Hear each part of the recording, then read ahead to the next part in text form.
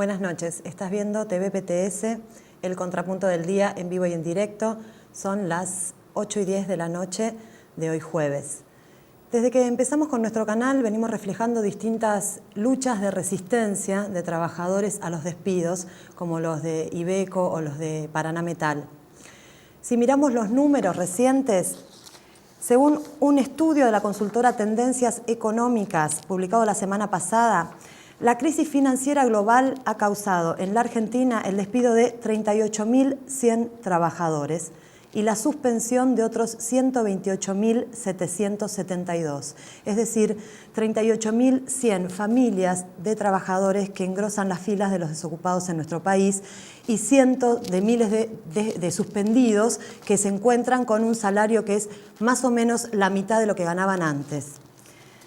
Solamente en marzo de este año hubo 20.360 despidos y 54.514 suspensiones. Tengamos en cuenta que este informe se realiza sobre la base de los trabajadores registrados, o sea que no tiene en cuenta los trabajadores en negro, que son los que están menos protegidos por distintos derechos, con lo cual son los que más sufren los primeros ajustes en las empresas. Ante esta realidad, los medios de comunicación que no la transmiten, esta realidad, que no reproducen las luchas de trabajadores, que tampoco reproducen las cifras de despedidos y suspendidos, ¿qué hacen los grandes medios? Reproducen el discurso del gobierno nacional y el discurso también de las direcciones sindicales de la CGT y la CTA, que es construir un sentido común que tiene un pilar, que es que las suspensiones son inevitables y que, peor aún, son el mal menor, digamos, en la negociación posible para que no te despidan. O el sentido común, que lo dijo claramente Dragún, el dirigente de la ESMATA Córdoba, que es hacer pasar los despidos de los contratados como si no fueran despidos. La pregunta que nos hacemos hoy en el contrapunto del día es, ¿se pueden frenar los despidos y suspensiones? Estamos con José Montes, delegado del Cuerpo de Delegados del Astillero Río Santiago y dirigente nacional del Partido de los Trabajadores Socialistas PTS. Bienvenido, José. ¿Qué tal, Paula? Buenas noches. ¿Qué tal? Esa es la pregunta que queremos hacer, si se pueden frenar los despidos o no. Te pido que antes de responder veamos un informe que han enviado los compañeros desde San Luis. Es un informe de la lucha que están dando los trabajadores de Tersuave, y que es una lucha que se ha recrudecido porque la patronal pidió a la justicia que declare ilegales las medidas, han pedido los desafueros de los delegados y aparte la policía ha instalado un puesto policial a 60 metros de la zona, lo que es militarizar la zona de la fábrica para amedrentar a los trabajadores. Veamos el informe.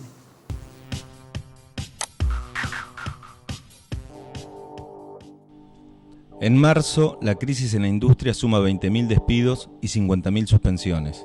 En varios lugares, la resistencia se pone a la altura del ataque. En Córdoba, mientras las automotrices echan a su antojo, los delegados de base de Iveco y cientos de trabajadores hacen ceder a la empresa. En Rosario, las grandes cerealeras quieren seguir con la precarización y los salarios miserables. Pero los trabajadores les dijeron que no, y con paro y piquete ganaron.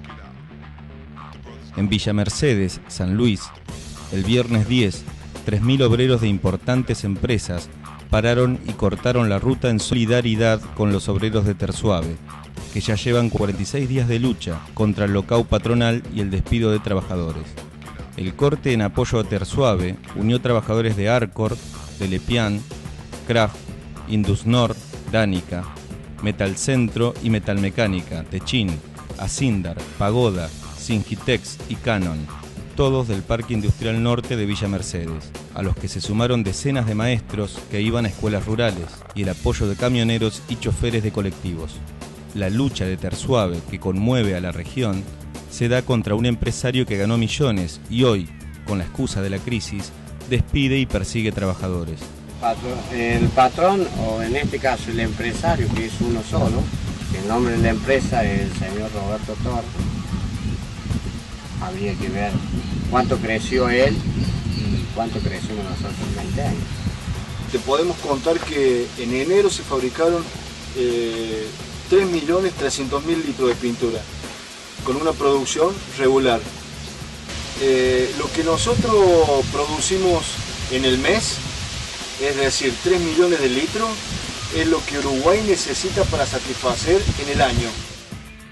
La lucha de Tersuave se sostiene por la voluntad de los trabajadores, mientras los dirigentes sindicales no apoyan. ¿Cómo podemos lograr nosotros, que esto se decrete empresa insalubre si el secretario general del sindicato tiene arreglos con los empresarios? El paro del viernes 10 fue una gran jornada de lucha industrial contra el abuso patronal. La respuesta de unidad de los trabajadores del cordón industrial es una ejemplar demostración de fuerza contra el abandono de la CGT y la traición del sindicato de la pintura.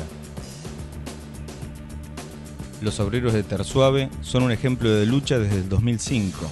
Se mantienen firmes en la puerta de la empresa, impidiendo el vaciamiento que pretende llevar adelante la patronal.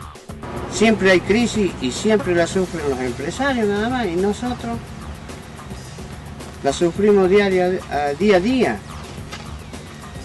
A nosotros no hay ninguna, yo no conozco en ninguna provincia que digan, bueno, acá hay una oferta para los trabajadores de pintura, acá hay una oferta de esto, o hay una rebaja de precio para los trabajadores de alimentación, para los trabajadores de la carne. Siempre tienen ellos los empresarios y el trabajador. ¿Y el trabajador qué respaldo tenemos nosotros?